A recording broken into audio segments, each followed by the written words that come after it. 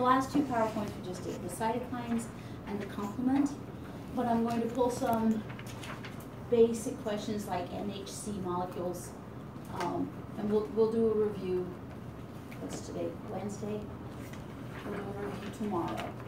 We'll start the day with a review for the test, and I'll have a fairly detailed review.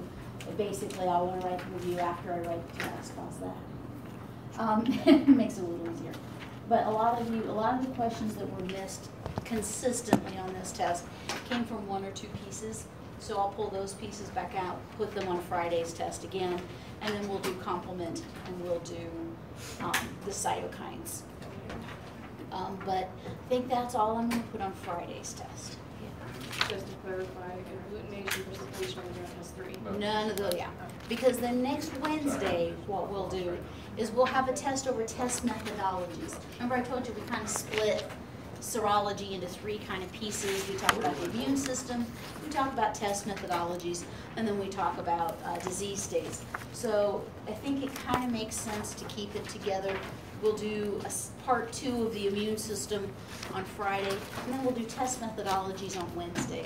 So Wednesdays will be kind of a lot of material, but it's really fairly basic as far as its, you know, what it talks about. So there'll be a lot to cover, but like I said, I think it all just kind of goes together, and it makes more sense to put that on one test to keep like information together.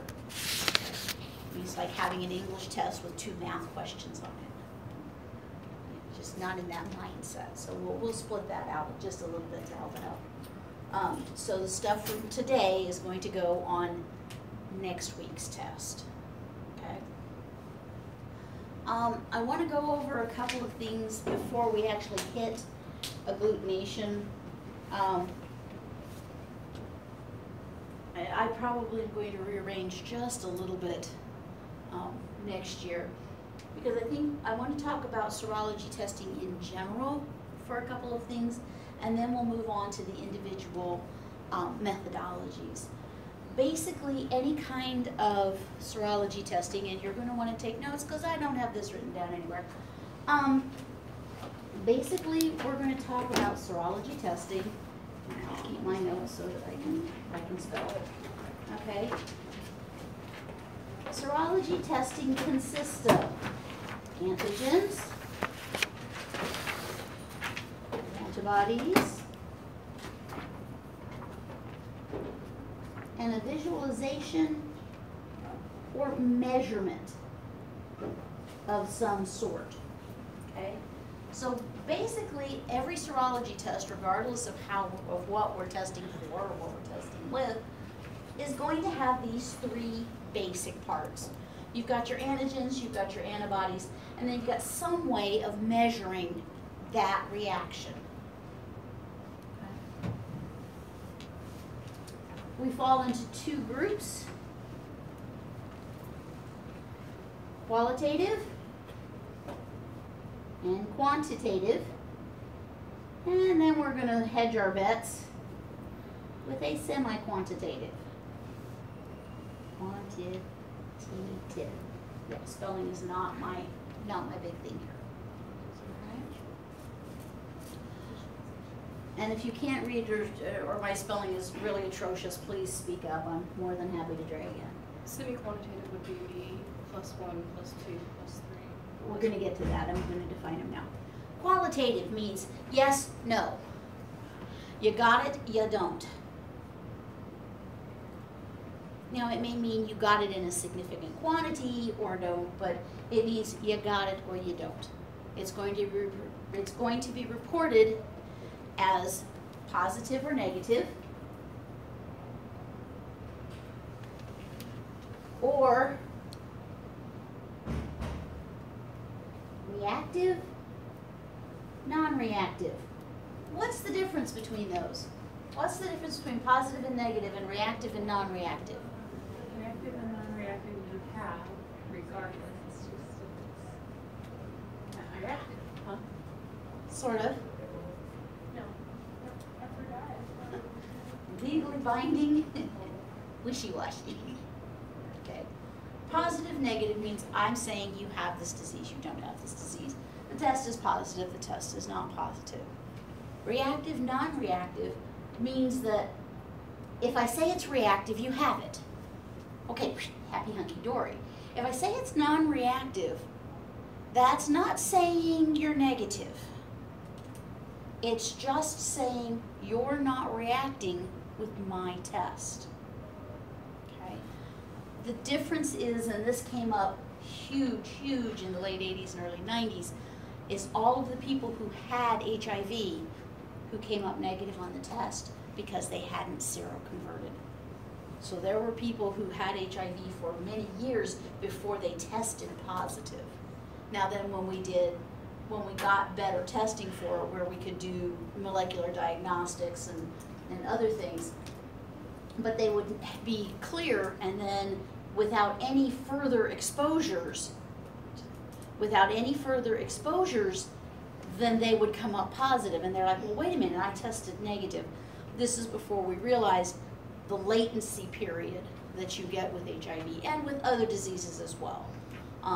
Most notably, we'll use these on like our STDs especially. But it's not the same. If I say non-reactive, that's not the same as saying negative. There is going to be, when we had our I'll be with you just a second. All right. When we had our reaction, right? Our titer, went way up here, and then it came down and it fell down here, right? Okay.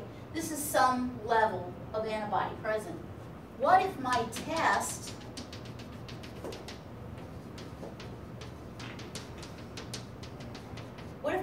sensitivity is here? It's not going to find the titer. And my level's here? Okay, I'm not going to see it because I'm going to have this. Does every disease state have this level? Not really. Some do, some don't. Okay, hepatitis testing, same kind of thing here. Okay, there is a basement level to linearity and the amount that we can find. So there are going to be times when you're going to hit somebody who hits this kind of level. So when we're reporting our qualitatives, we report positive, negative on many things, but if we report reactive, non-reactive, there's a difference when we're reporting. Yes? Would a non-reactive be considered a carrier and a reactive is No. infected? Non-reactive means we don't know. We don't know. Non-reactive simply means you don't have it that we can measure.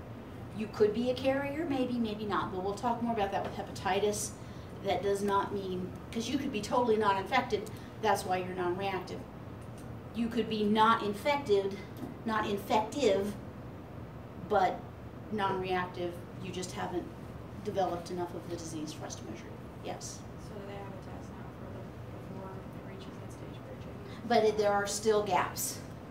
There are still gaps. We do PCR, which is much more sensitive, the levels it can measure. The problem, and HIV is the worst one about it, there are others, but HIV is the worst one because basically what happens is HIV hides in your T cells, and unless it actually replicates and causes a change in that infected cell, the MHC complex doesn't have an antigen to present to the immune system, so you don't see it. They can hide down in those T cells for decades before it becomes a full-blown case. It's just, yeah, and there's a limit to what we can measure. Yes? Would you use reactive, non-reactive when there's a reason to believe that they are infected? No, it goes by test, not by person, not by anything. It is strictly by test. And most of the time, it is based on sensitivity studies. So it's because we know our sensitivity is not reaching the lowest. Got it. It's usually based on sensitivity studies. And like I said, a lot of it's legalese. Well, we didn't say you were negative, we just said that you didn't react. And we're going to talk about some old style testing that we did for mono, and believe me, there were a lot of people who had mono who didn't come up positive. And a lot of people who didn't have mono who did. So, okay. All right, so our qualitative is positive, negative, reactive, non-reactive. Quantitative A lot of these are done now more by PCR methodologies and things like that. We tell you, we can give you a viral count. How many virus particles you have per milliliter of blood, okay? But in most serology testing, what is quantitative going to be reported as?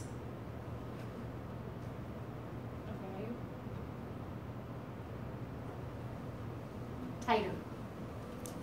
Quantitative means titer. And like I said, a lot of these we actually do on an analyzer now, and we'll get milligrams per deciliter or whatever, but when you're talking serology type testing, we still refer to it as the titer.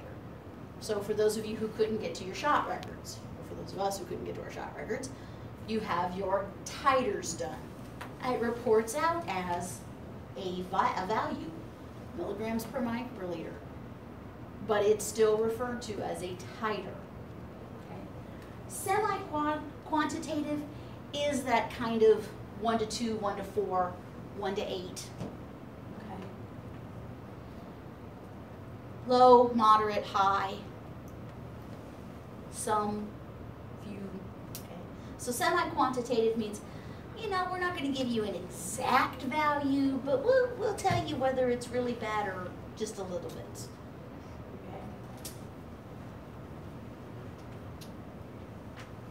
And the titer has limits? What's that? The titer has limits? Not necessarily. Okay. It's just in general. A quantitative is something that we refer to as a titer, even if we are measuring it by an automated method that gives us some, you know, unit of measure. It doesn't have to have though. Okay. Most of our tests are going to be, most of the ones we do are qualitative. When you're thinking your basic serology testing, you know, what we do in the lab, most of those are simply, yep, nope. And again, the biggest thing to remember is I can have a negative test because I'm not sick enough yet. So you might come in for a strep screen and it's negative today, and you come in 3 days later and it's so honkin' positive that, you know, it's got a positive line before you hit the control line. Okay. What other things could cause that? Not performing the test correctly. The test wasn't done right? You didn't collect a good specimen? That's really common. You know, they didn't get to the back of the throat because the little kid not being cooperative. Okay. So other things can cause it. But basically, our qualitatives, they're just looking, yep, nope. They want a quick answer as to whether it's there or not. Quantitative, again, that's something we're going to use it to monitor if you're getting better or getting worse, and that kind of thing. When we are sending quantitative, most of the time what they want, and they almost never get, and I'm going to misspell this word probably because I always do, they want an acute versus a convalescent specimen. So it's kind of after the fact. Did you have Lyme's disease? Well, we're going to measure your titer when you were really sick and hold that. We're going to draw blood while you're really sick and hold on to that. And then when we think you're better, we're going to draw blood again and we're going to measure your titer before and after, and that'll tell us whether you had it or not. Closing the barn door after the horse is already gone. Okay. But in some cases that, you know, this is what, if you read in the laboratory catalogs, this is what they tell you they want. You know how often we see this guy? Like, never.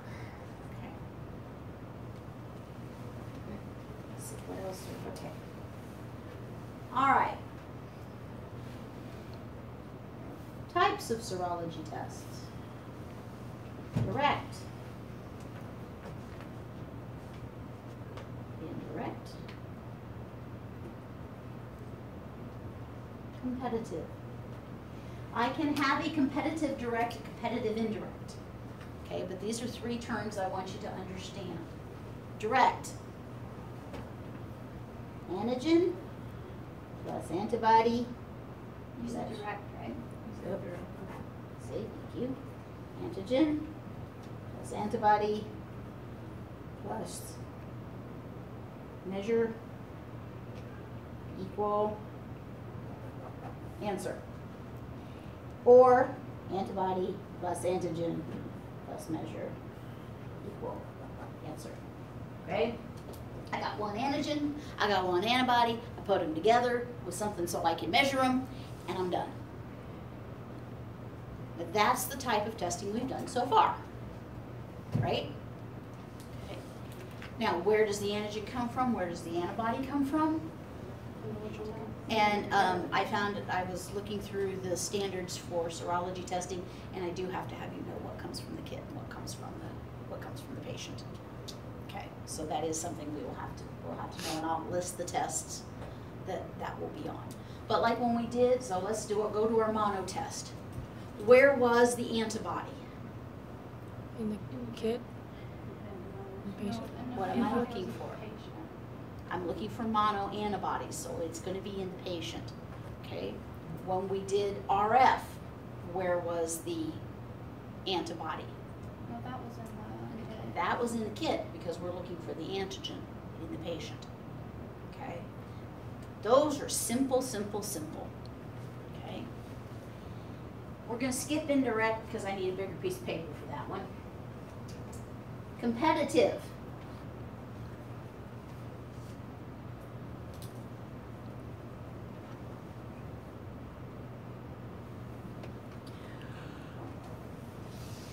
Okay. What I'm going to do here is like literally, and you can,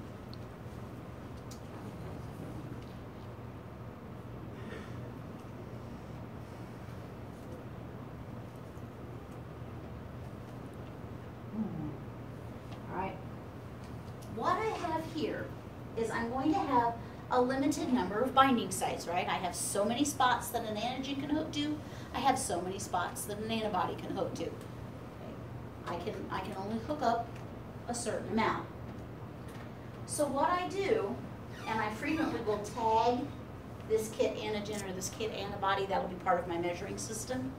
So what I'm going to do is I'm going to put them in there and I'm going to let them duke it out. The more the patient has, the less of the labeled kit ones will attach. Does that make sense? Okay.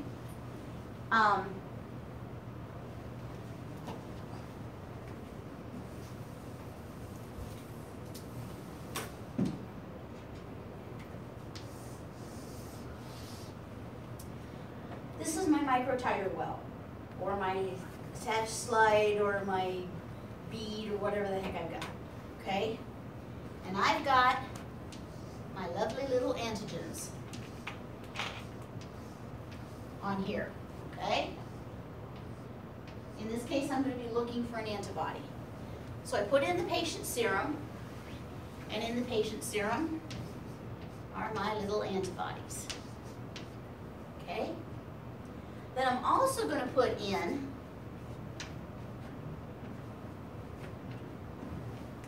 colored chalk.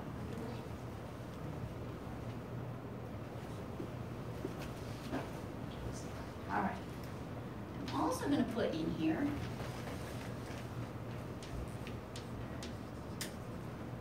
some antibodies from the kit that I have tagged with some sort of little visualization method. Only a certain number of these are going to be able to have some place to attach to, right? So if I have no antibodies from the patient, all that's going to attach are my kit antibodies, right? If I've got tons of antibodies from my patient, they're going to be able to get more of the binding sites, right? Okay. So then I'm going to measure, and that's going to tell me whether I had a lot of antibodies or whether I didn't have many. Yes? Is what you put in from the kit, you know the value, the measurement of the antibodies that you put into the kit, you know how many, so that's what you're getting. Right. Basically what we would do is you would measure, if I just put in kit antibodies, what answer do I get? if I put in no kit antibodies, what do I get? And then from there, we dilute patient serums and kind of figure out what we get in between, and we find a cutoff. We can have a qualitative competitive, we can have a quantitative competitive, we can have a direct competitive, we can have an indirect competitive. Okay, we can mix and match this stuff in a zillion different ways. These are just a couple terms I want you to be familiar with because we do talk about them, and they can get very confusing. The other thing to remember, some of these things that we're talking about here in serology, our COBOS analyzer, the E module, which does dozens of tests, they're all serology tests. It's just that the measurement of them is automated. Our D-dimers are done on our coag analyzer, but they're done the same way you did them. You mix the latex particles with the D-dimer, it'll cause clumping. What happens when the stuff clumps? What did I tell you to look for in the background? Clearing. So our analyzer sends light through it, and if there's no clumping, it'll have a high value. If there's clumping, it'll clear the background, and we'll get a lot more light coming through. We set a cutoff, and that's our answer. Okay, so we do these on analyzers too. So a lot of analyzers that are out there, they may be chemistry, but they're actually doing serology. It's just that they're doing all the pipetting for you, which makes it a lot easier. What's an example of a test? This, our O&P, our O&Ps do that. When we look for Giardia and Cryptococcus. And it's good. There's another one my brain is just not coming up with. Okay? Indirect. We're going to talk about this again when we talk about labeled immunoassays, but we're going to talk about it now because we might as well. This is most commonly done in immunoassay, but it can also be done in other methodologies. So just to get all of our terminology incorrect, the indirect, and like I said, again, we'll talk about it again in when we talk about labeled immunoassays. Indirect is also sometimes referred to as the sandwich method.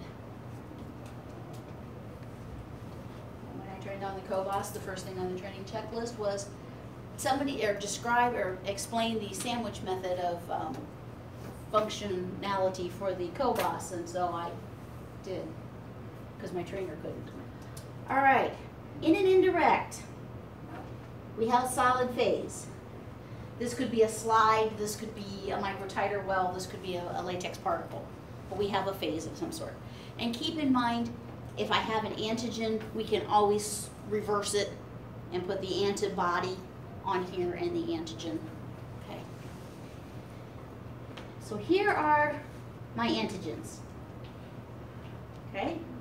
What I'm going to do, I am going to put my patient's serum in here. Okay? And it's going to have antibodies in there. And any of the antibodies that can hook up to my antigens are going to hook on there, right? Then I'm going to wash everything away. There's tons of antibodies in your serum, right? Well, the only ones we care about are the ones against what we're testing for. Got it? So we're going to just wash that all away. So the only ones that are going to be left are the ones that are bound onto here.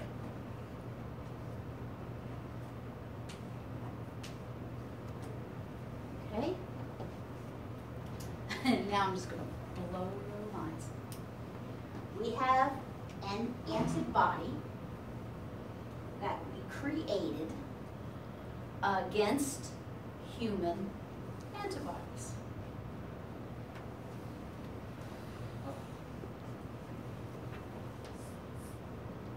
Here is a human antibody.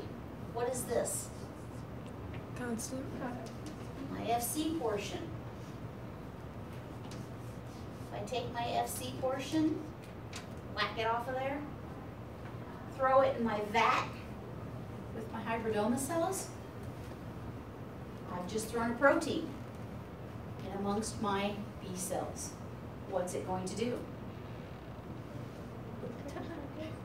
It's going to make an antibody against the constant portion. So I'm going to have an antibody against human antibodies.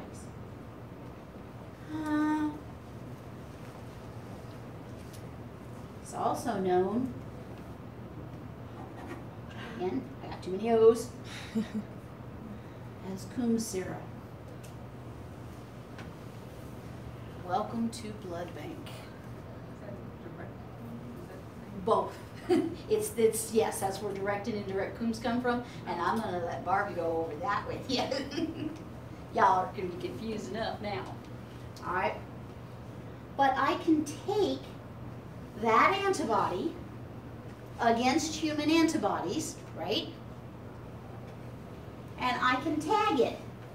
So I put it in here.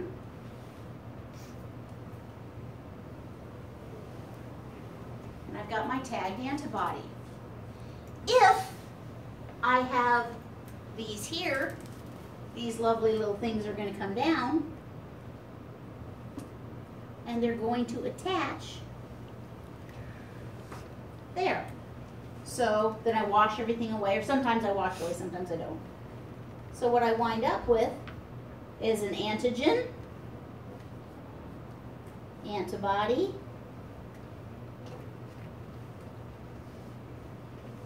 pyramid.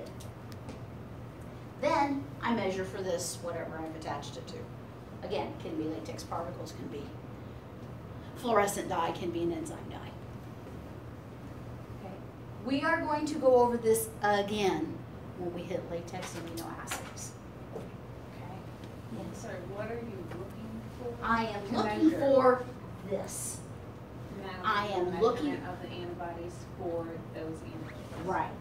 What I am looking for is this piece right here. That's what I'm looking for. That's what I'm testing for. So if I don't have any of those, if a negative reaction, what I'm going to have is this. I'm going to have these little guys floating around here. They're not going to have anything to attach to. They're just going to be floating in midair. Okay? Because there's nothing, I don't have anything to put in the middle. Okay? You had a question? You need the anti-human antibodies so that you can tag them so that you have a visualization of this going on. Exactly. You can't just, because it's, okay. Now, when we're doing it with red cells, our visualization is actually that the red cells will clump together. Yeah. So our visualization is this piece when we're using Coombs syrup in blood bank. Okay, but most of the time when we're doing our EIA stuff, again, we're going to talk about this again, but most of the time when we're doing our EIA stuff, we're using a solid phase, most of the time a microtide or well or a slide. We're going to do ANAs, you guys are going to look at those, and this is how you would do ANAs. Okay, we would just put a fluorescent tag up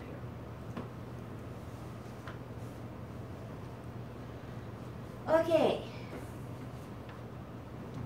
I just wanted to make sure we kind of went over some of those, just a little bit of more general terminology. I think some of it comes up a bit in bits and pieces through the PowerPoints, but I wanted to kind of clump it together. Okay. And those things are important to know, whether you have a competitive versus a non-competitive assay. Your sources of error are going to be different. Okay, quantitative versus not quantitative. And we are definitively not going to talk about all of the methodologies. There are also several other methods we can use. There's Western blot, Southern blot. I think there's an Eastern blot. I don't know about Northern. But there's a bunch of different types of testing that we can do as well. We're just going to stick to some of the tried and trues, the ones that we use the most of. All right, agglutination. We done did these, didn't we? Right? Was that, yeah. We did some agglutination testing, didn't we? Which test did we do that was agglutination? Latex. Mono and RF. And RF. Okay, so we did both of those already.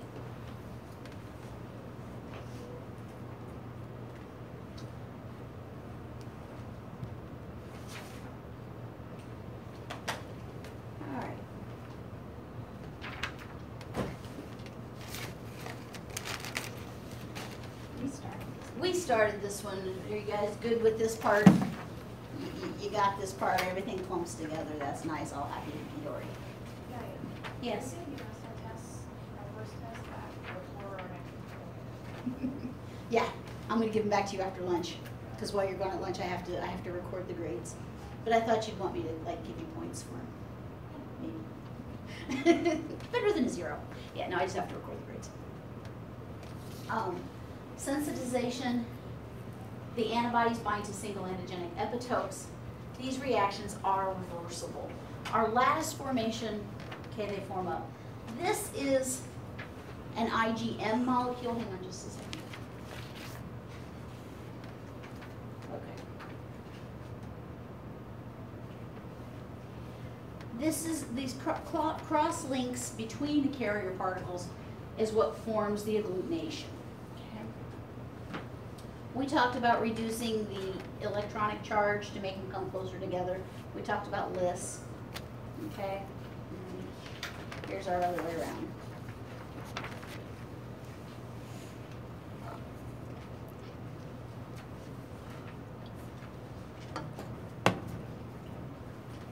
All right, direct agglutination, same kind of thing. We just basically, we've got our particle, we've got our antibody, they come together. Passive agglutination, we just kind of let it sit there. Reverse passive agglutination, you know what, I have to look that one up.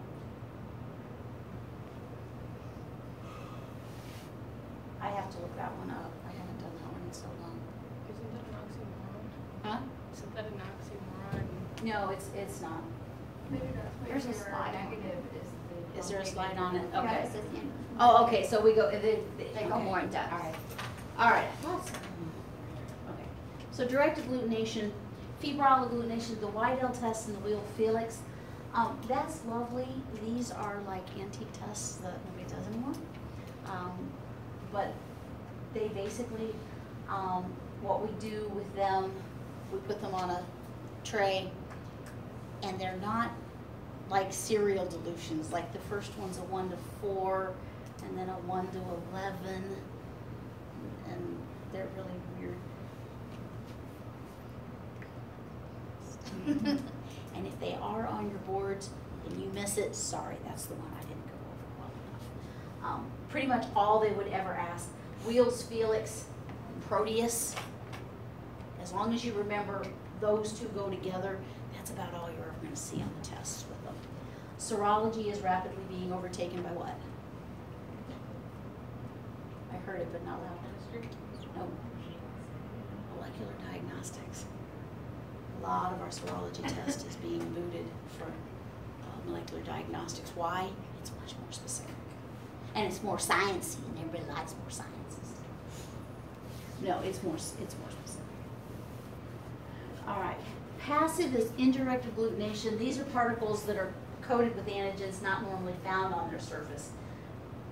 Basically, direct agglutination would be like if we're looking for red cell antigens or we're looking for Proteus antigens directly. And we just put the patients together with the Proteus or with whatever we're looking for and see if it clumps up. In this indirect agglutination, that's the RA test, the mono test. We take the antibody or antigen and we glue it onto a particle of some sort. Okay. Most commonly latex. We used to use RBCs, horse erythrocytes, sheep erythrocytes. Why? Well, because we just didn't have the technology to hook them up to a nice inert latex particle. You know, if you put a horse erythrocyte in there, well, there's other antigens that you might possibly react against. In fact, is because most vaccines at one point were made in horses, there were a lot of people who had anti-horse antibodies. And so every time you would do a mono test on them, because we used horse erythrocytes, it would come up positive. So there was some cross-reactivity. Latex, on the other hand, tends to be very non-antigenic. I mean, it is in, try this again, hyperimmunity, anaphylaxis, and allergic reactions to latex. But as far as reacting with other antigens and other antibodies, not so much. We use charcoal particles as well, and we still use that one in the RPR, the flocculation methodology.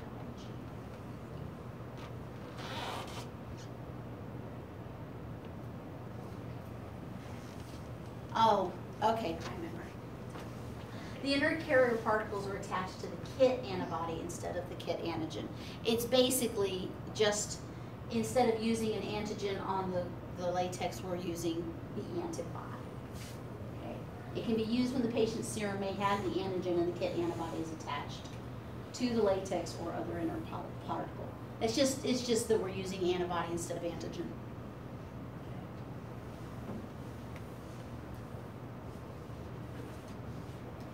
Agglutination inhibition. This was really a big one that we used for patient pregnancy tests before we had enzyme labeled immunoassays. Basically, what you were looking for was no agglutination meant you were pregnant. And this is a form of competitive assay. What basically you were doing is you were putting the patient's urine or serum in there, and if it had a bunch of HCG, it would bind up all of the available antibody so that your kit antibody that was on the latex and stuff couldn't bind up and it wouldn't agglutinate.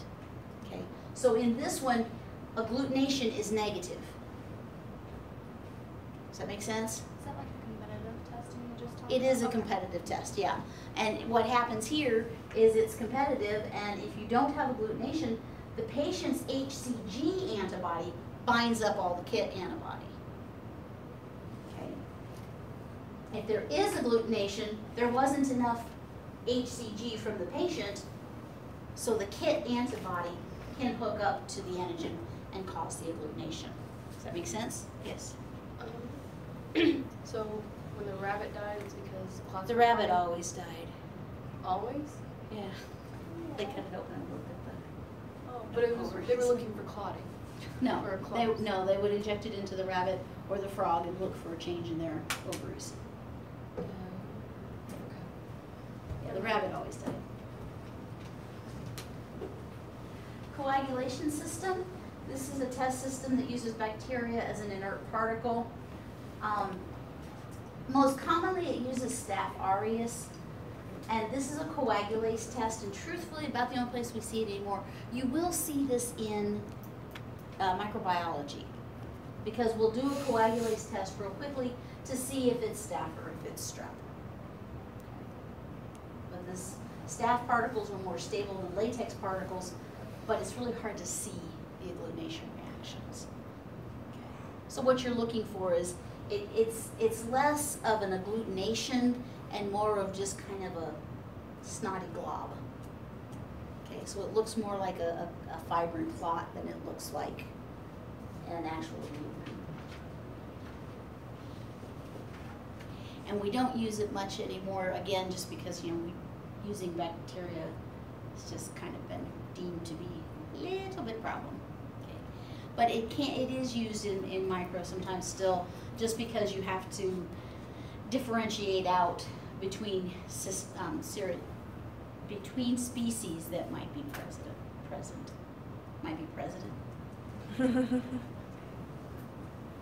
Antiglobulin mediated agglutination. Oh no, I guess Barb doesn't get to, I guess I get to. All right, the direct Coombs test. I'm directly testing my red cells. And what was Coombs sera? Anti-human antibody. Okay. Here's my red cell. There's my red cell. Okay. If I'm doing a direct Coombs test, I am looking to see if there are antibodies that are on my red cells in my body. So I pull the blood from the body, and I'm looking for antibodies that are hooked onto this cell. Why would there be antibodies on my red cells? It's our blood type. Nope. Exposure? Yep. What else?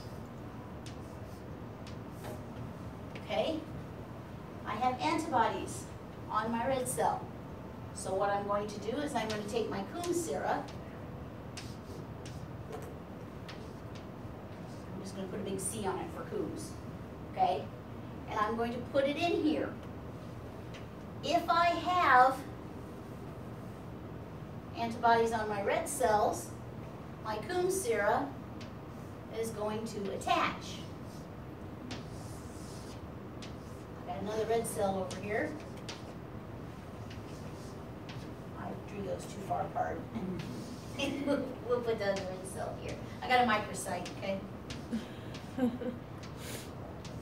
What's going to happen is my Coombs sera is going to attach, and it's going to make my red cells pull together, okay? Just like any other agglutination reaction.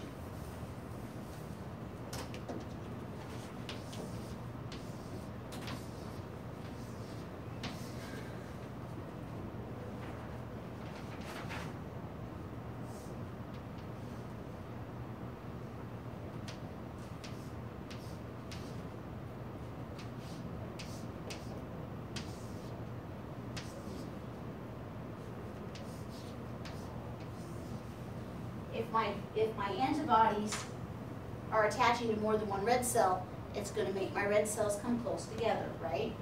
What I'm going to do is spin it down to bring them close to begin with. Then I'm gently going to shake them off and watch as they come off. If they are attached together with this Coombs sera, I'm going to get agglutination. I'm going to get clumping. That tells me that the red cells in my body are coated with antibodies. Two places I'm going to see that. Sensitization, which means I have been given blood that my body made an antibody against, and autoimmune hemolytic anemias. What was the last thing? Autoimmune hemolytic anemias. We talked about those last summer, where your body starts attacking its own red cells, and it does that by coating them with antibodies.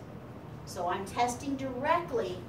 My direct Coombs test is looking for antibodies in my red cells in vivo, in the body, in vivo. I'm looking for coated cells in vivo. The indirect Coombs test, anybody know what the other name for that is? What's that?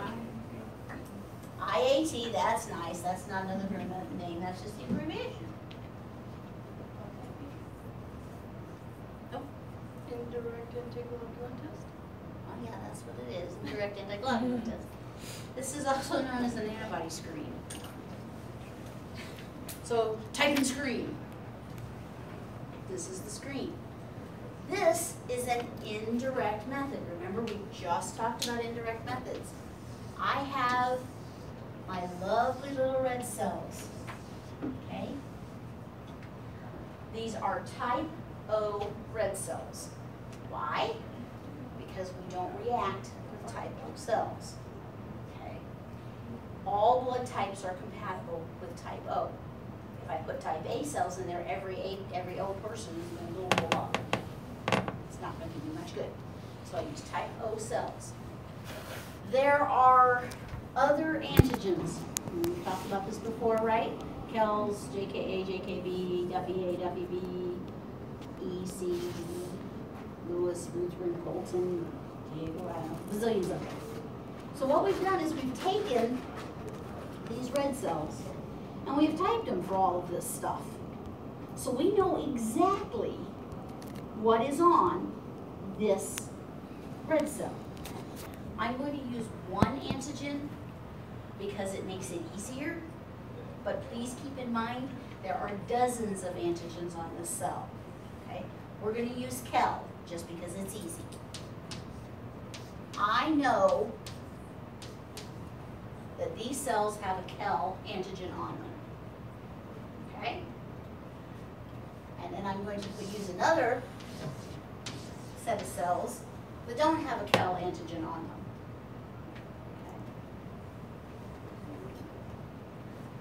I'm then going to take the patient's serum and put it in here.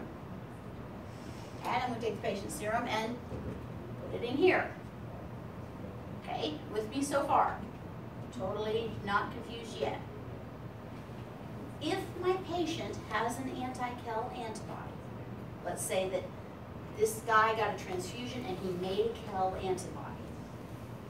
My Kel antibody is going to hook up to my Kel antigen, okay?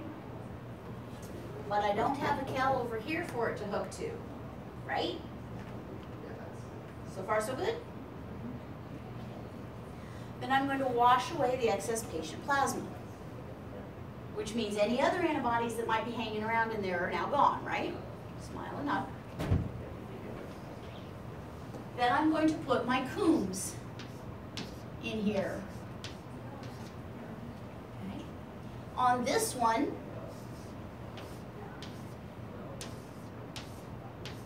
my Coombs sera is going to hook up because I have something for it to hook to, right? Over here, my Coombs sera is just going to sit there, right? Doesn't have anything to hook to. So what's going to happen to these red cells? They're going to clump up, aren't they? What's going to happen to these red cells? They're not going to clump because they didn't have anything to hook to. So if I run these cells and I get a clumping reaction, the first reaction out of most blood bankers is, oh, damn. Okay? But if I run these cells and I don't get any clumping at all, what antibodies are present? No unexpected antibodies. Okay? We expect you to have A and B antibodies in your blood. Shouldn't have anything else. So if we run this screen and there's nothing else in there, we're good to go. If we run this and we find clumping and we have an antibody, we have to identify that before we can give you something else.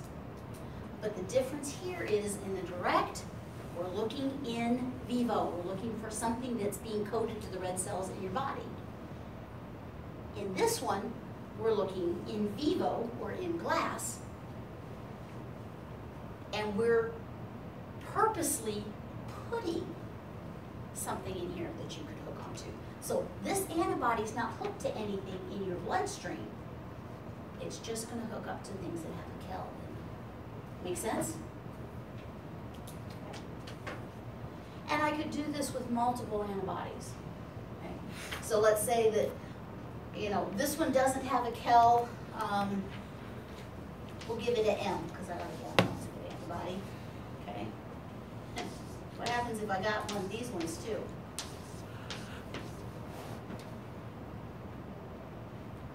Okay. I think the record I know of is a lady had 22 antibodies. Yeah, there was no blood in the United States. It was compatible. So is it similar to the direct, like you shouldn't have a reaction unless you've been exposed or Pregnant. autoimmune or pregnant? The only way you can form an antibody is if you've been exposed to foreign blood, which means pregnancy or transfusion. So pregnancy would be the child, the transfer. Usually when at birth, there's always a little bit of a fetal maternal bleed. It's just the way things go. And mom's exposed to the cells. And so she can make those antibodies. And that's what HDN is, hemolytic disease of the newborn. And So we'd see more antibody reactions on women. yeah, but not usually. Only about 15% of the population is what we call a responder. You can give 85% of the population blood, and no matter what you give them, they'll never make an antibody. About 15% of the population, you give them something, and it's like, oh, that's not me, I'll make that one. Oh, that one's not me, I'll make that one too. Ooh, how about that one? Unfortunately, sickle cell patients seem to be more prone to making these antibodies. So we have some of our sick ones. We won't even say their name in the blood bank, because in blood bank it's not superstition, it's real. If you say the A word when you walk into blood bank and you get an antibody that night, ain't nobody gonna feel sorry for you because you done jinxed yourself. Yes. You said that that's a cross reaction before you get the antibody. Okay. So, and what we do is we do this with 3 screen cells that screen from our known antigens on our red cells. If all of them come up negative, life's happy hunky-dory. You can just pull a unit out of the fridge, do an electronic cross-match, make sure the type is correct, and give it to them. You're good to go. If they have something come up on those antibody screens, we have to identify it. Then we have to type the unit to make sure it doesn't have, like the KEL. We have to give you KEL negative units, and we have to do a full cross-match where we actually do an incubation step like this with your plasma and the patient's cells to make sure that you are compatible. So these antibodies are a pain in the patoot. But you should do an antibody check for like emergency release. You just risk them. Emergency release, you just cross your fingers and pray.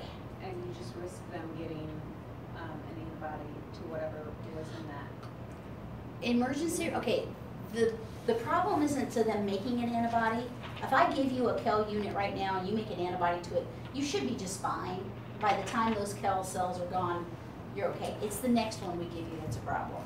Because your body will immediately do that secondary response where it will immediately glom onto those KEL antigens and burst all the red cells we just gave you. And 300 cc's of hemoglobin running through your body is not good for you. Okay, so we have to. So in emergency release, what the doctor is saying is he understands there's a chance you will have one of these antibodies. And he understands that there is a chance that if this patient has that antibody and you give them blood, it could kill them. What doctors are supposed to know is that when they sign for it, they are saying that the risk to the patient of not getting the unit is greater than the chances that they will have a transfusion reaction. Now, I have had an ER physician who told me, well, people don't have transfusion reactions anymore. Well, that's because we give them compatible blood. We had a doctor who wanted, I had a patient with a known JKB. We know he had that antibody. He had had it in the past. And so we have to give him JKB negative blood forever, even if we can't measure it anymore, even if it goes below detection levels. Once you got it, you're going to get JKB negative blood forever. 25% of the population is JKB negative, which means I got a 1 in 4 chance of finding a unit. Okay. Doctor wanted emergency release. And I tried to explain it to him repeatedly, and I finally flat out told him, if you are willing to sign an emergency release that says you understand that the patient has a history of a known antibody and that there is a 75% chance that he will receive a unit positive for that antibody and that this antibody has been implicated in fatal hemolytic transfusion reactions, if you will sign that paper, I will give you a unit of blood. He didn't want to sign that paper. And when I took the unit over about half an hour later after we found it, the patient was sitting up in bed eating ice cream. This is, yeah, emergency release is a scary thing when you got doctors who think, oh, well, just give them ONEG. ONEG can have JKB on it too. Patient with a little E, oh, just give them ONEG. Oh, good, there's a 99.8% chance I'll kill them with that then. Let's just do that, okay? So O negative is not always. No, it is only the ABO type that is compatible in the RH. And it is perfectly capable of having any and all of these other ones. So yes, you can kill somebody with an ONEG just as well as you can kill somebody with an ARB. All right, so that is. Is that why it's considered a failure on the doctor's part? If they get What? Is that why it's considered a failure on the doctor's part if they have to do a transfusion? No, that has a lot more that goes into that. All right, agglutination reactions are easy to perform, easy to interpret. They tend to be fairly sensitive. Instrumentation, particle enhanced immunoassay, nephelometer is what we normally would use to read them. And that's like what I was telling you, is that there is agglutination, what's going to happen is that they're going to clear the background and you're going to have more light come through. Or depending upon what status you have at the beginning, if we're looking for like measuring our C3, C4, that's done on a nephelometer. What they do with that is the other way around. If you put the C3 and C4 in there, it has antibodies that hook up with it and it causes it to clump together. When it's just floating around, it's perfectly clear. But when they start to clump together, that makes an antigen complex that sort of obscures things a little bit.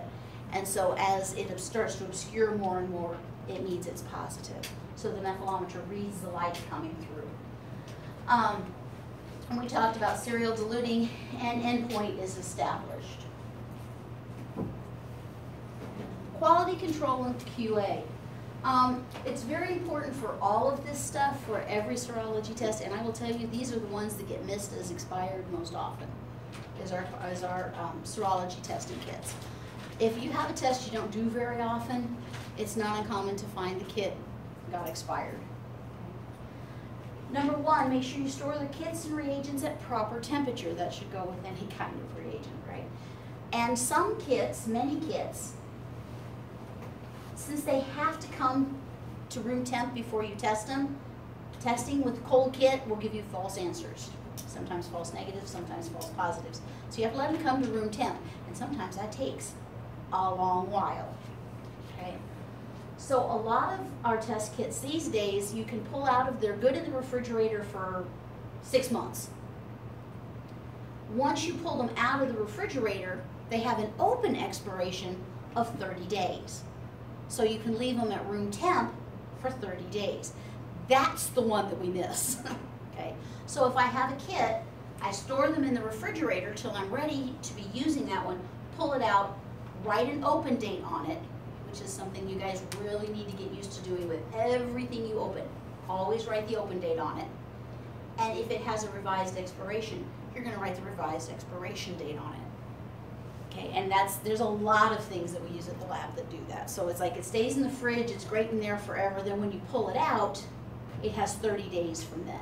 And even if you put it back in and out of the refrigerator, the manufacturer pretty much says 30 days. So if we have a kit we don't use that much, what we'll do is pull out half of it and leave half of it in the refrigerator to give us a little longer on our dates. Yes? We need to equate this essentially with IDing a patient. It's just as important. It is. All of this stuff is important. Well, it's But- all important. Pay close attention to expiration dates. When we talked about external and internal controls on agglutination reactions are run every time we do a test. Simply because how fast you rock it, you know, if you're rocking it, you're going nice, slow, that's nice. What if you got somebody who was just really nervous that day? You know, you shake hard enough, you can make it go away. Shake hard and fast. Oh, patient has a known cold agglutinin. Yeah, it's good. We don't know if it's really there. Shake it gently, because you don't want to break up that agglutination.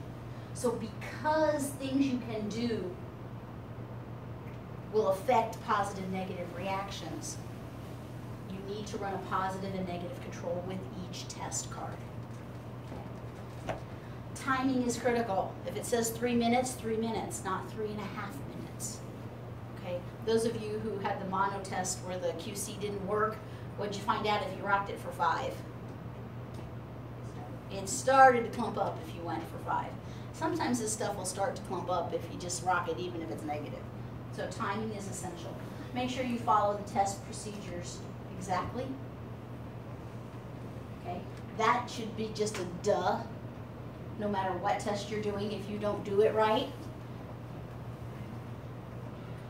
False positives, false negatives. Over centrifugation, if we're doing a centrifuge-based test where we spin it down, I mean, if you think about it, if I spin it, most tests we spin for 15 seconds for a blood bank test. So it spins 15 seconds at a moderate speed. If I take it and I really spin it fast and hard, I'm gonna squish them little suckers all together, aren't I? Well, we're gonna have a physical connection and a physical agglutination, not a reaction, okay? So if we spin it too hard, you may not be able to get it off. You may not be able to get it to come off. It may clump up just because of physical location. Cross-reactivity, what's that? Things are close enough to be Right. still. Remember we talked about it's like a puzzle piece or a key. Well, maybe, just maybe. You know, when you're doing puzzles, how many of you do puzzles? Actual physical puzzles. I mean, I know they do them on the computer now, okay? But you know, you put the puzzle pieces together. And just like, you know, I can make that fit if you squish it hard enough. Well, it's close enough that it will cause a reaction even if it's not exactly what you're looking for. A delay in reading the slide, you let it sit there too long. The presence of rheumatoid factor or heterophile antibodies, and we're going to talk about heterophile antibodies later, okay, when we talk about mononucleosis. False negatives, prozone. Prozone is, please tell me. Okay. Prozone is the last thing we're going to talk about, and it is the most confusing thing for everybody. I think I have a slide on it here.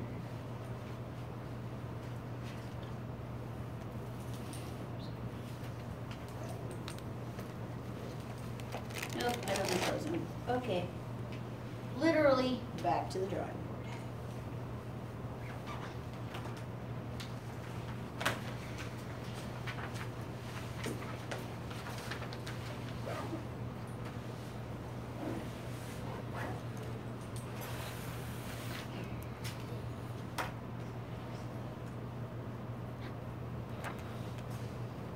Okay. Agglutination reactions occur because I have these lovely little particles, right? And in order for my particles to join up, we talked about this in lab, right? Remember that? Smile, nod, say, yep, I was listening. Okay? What I have is I have my antibodies that hook up to these and make them come close together.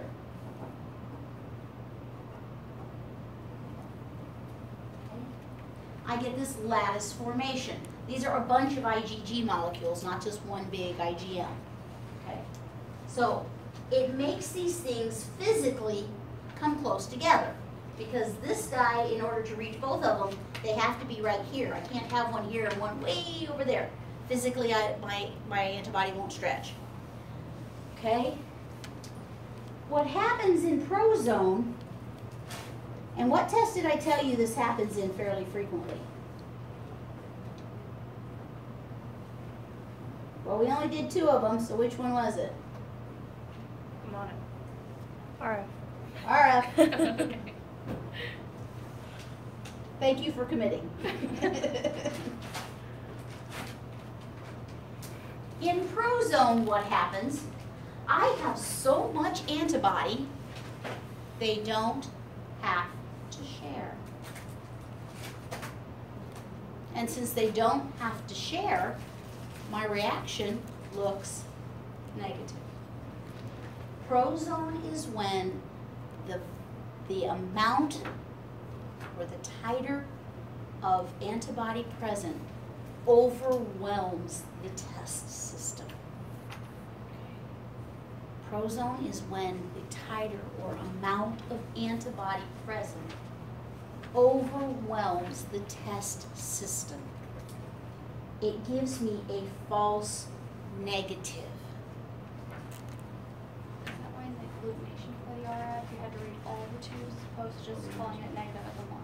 Exactly. Wouldn't that, if you like did it on the card and it came out negative, would it show positive on the agglutination of it? Like What serial we do on the agglutination? card is when it's negative, we redilute the patient at 1 to 20 Okay. and run it again.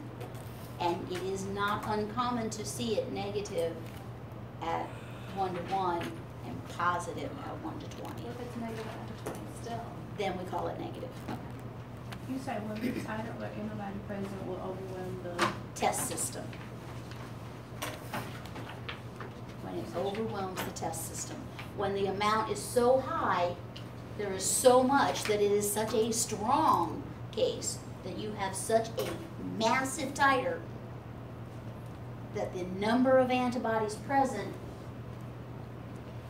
overwhelms the test system because they don't have to share. They don't have to share. So yes, if I were doing, when you were talking about reading the RF test, if I have prozone, what it would look like in the tubes, and this is another reason that we have you guys do the RF test in the tubes, even though we don't do that one out front. This really makes it visual. Here's my perfectly symmetrical tubes, right? okay? With my exact amounts in there. This is my 1 to, you start with a 2, don't you?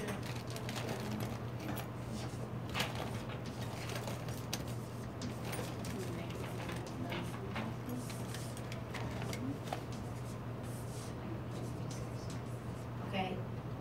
What I'll wind up with is negative, negative, possibly even negative here, whoa. Okay.